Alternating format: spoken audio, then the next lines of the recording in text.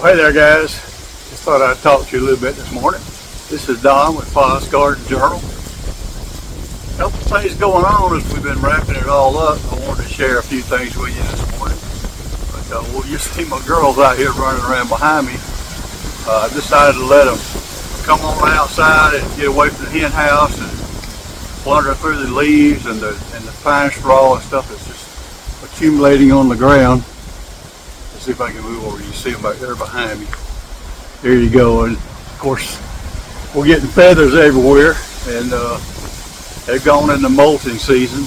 And now that this fall weather's arrived, goodness, we're down in the 50s this morning and got a wind blowing hard enough out here that it's shaking the camera. So, but anyway, it's a good day. I like the fall, and this is my favorite time of the year. So I'm gonna share with you just a couple things on my mind and see what we got going on from now. So yeah, I let the girls get loose this week. Started letting them get out here and explore a little bit while I'm out here messing around in the garden area. You can see they're getting over here under the muscadine vines right now, but most of the morning, and of course until I start filming, they're over here in all this pine straw and leaves just gathered up underneath the oak tree here. Been having a ball with that. But like I said, they've started molting, and that means they just go seasonal where they start shedding their feathers.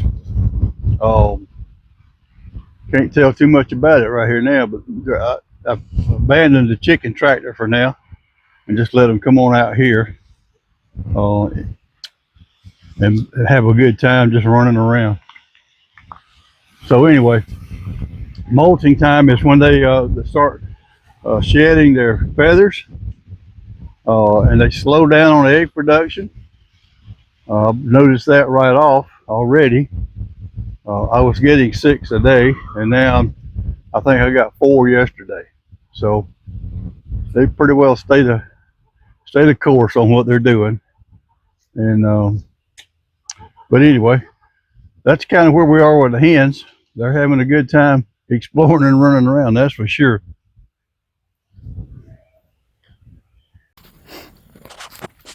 So today I came out here to harvest what's left of my lima beans.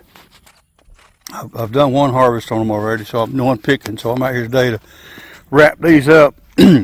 And if you've been watching my videos, you know that a couple of weeks ago, old Tex went back to Texas, and so I said goodbye to him. Well, now that he's no longer in the garden, first time this entire summer season, I walk out here to get my lima beans, and look at these ones on the end of the row down here. No leaves hardly. All the leaves have been nibbled off, and the only thing I could figure is some little rascally rabbit squeezed under the fence and got in here.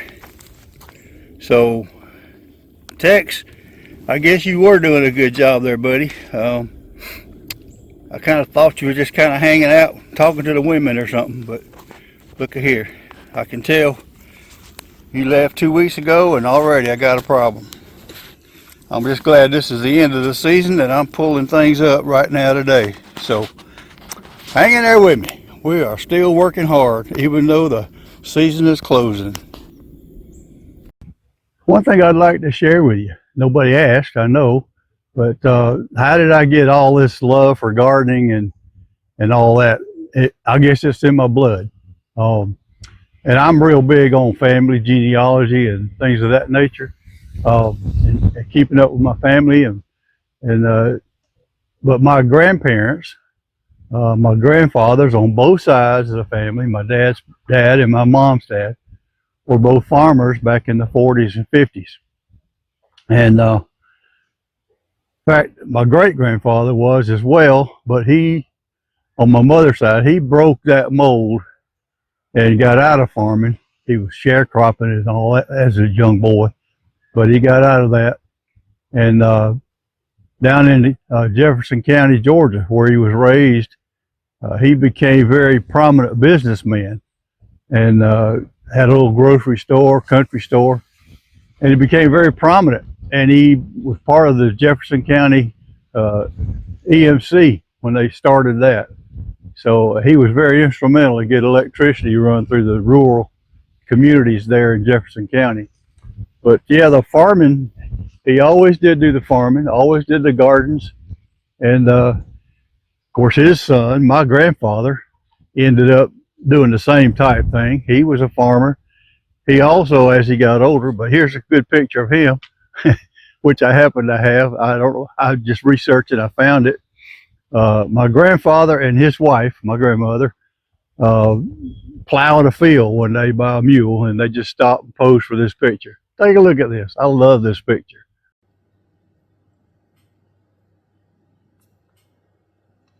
He grew up past that, after that, and he became a businessman as well.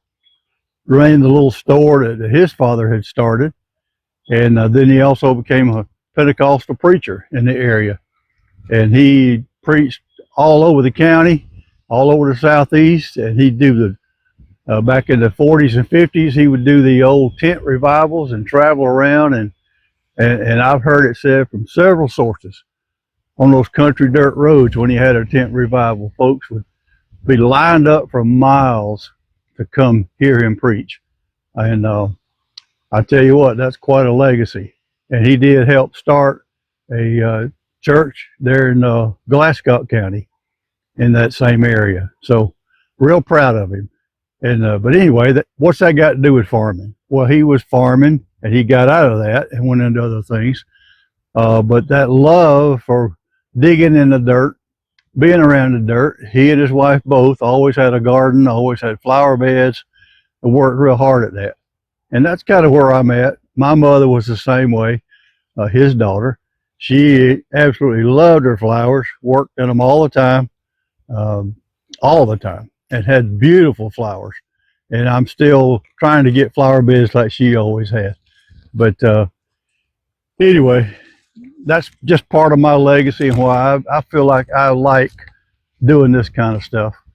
And but you know, I'm not quite as good at it as they are. But here's a flower bed I started back last year. I'm still trying to dig this thing out and get it fixed, but that's going to be one of my projects this winter. So stick with me on that. But take a look, here's where I'm at with that right now. That old spirea bed I was redoing. I'm back at it.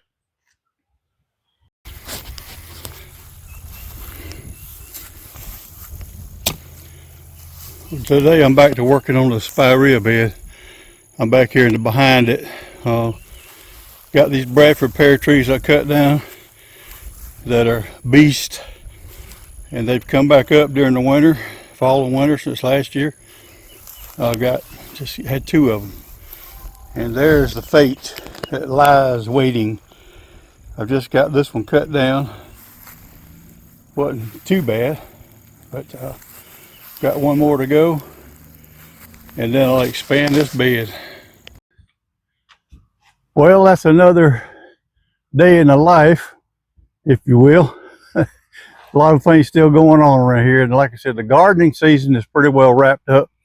The next few things I've got to do out here, start taking up the fabrics with the planting holes in them, getting those stored away and out of the weather. And but other than that, it's just tidying up, taking care of a few things here and there, sharing these thoughts with you. You know, stick with me on all that. Be patient with me. And, you know, if there's anything you want to know or ask about, I'll try to help you out. And I think everybody that does gardening, they like digging in that dirt. And this time of year, you don't do much digging in the dirt. You do a lot of cleaning up, raking up, and pulling up. So that's kind of where I'm at right now. And be looking for things to talk about, things to do as we go through the winter season. But I've got a few things coming up that I'll be sharing with you. But other than that, I appreciate you. And I'll see you guys in the next one. Thanks a lot.